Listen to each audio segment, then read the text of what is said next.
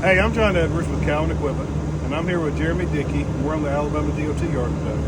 We're going to talk about how to use the Volvo EC140 S6 quick coupler to attach and detach from attachments. So as you can see, we have the ditch bucket hooked on the front of the machine at this point. So if we wanted to disconnect from this and go to another attachment, it's a really easy process to do.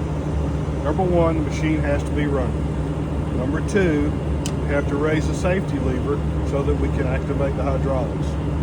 Now, if you will focus on a couple of things here, on the right-hand side, there's a button, red button. We're going to push that button down. We're going to mash the button forward. Okay, so we're going to push the red button. When we do, we're going to get a message here on our screen that says Quick Coupler Unlocked.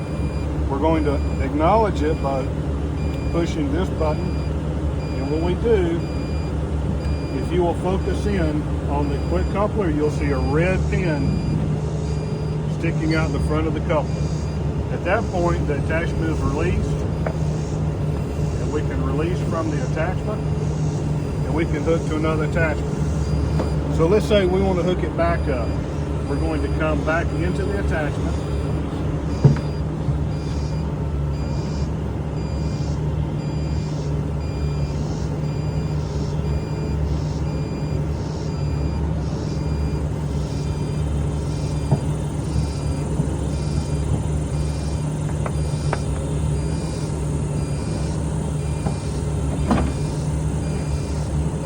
We're going to come back to this red button on the right hand console. We're going to push it down, and you'll notice on the end that the green pin is pushed out on the coupler.